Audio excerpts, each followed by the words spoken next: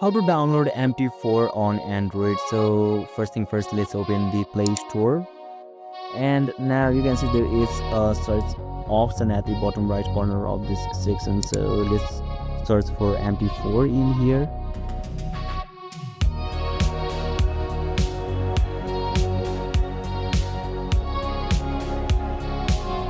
So once you search it, you can see there is a MetaTrader 4 icon at the very first shown in the screen, and it is developed by MetaTrader Software Corporation. So at the right side, you can see there is install option.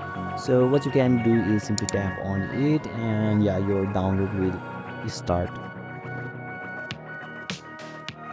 And once your download is completed, your device will verify the app first.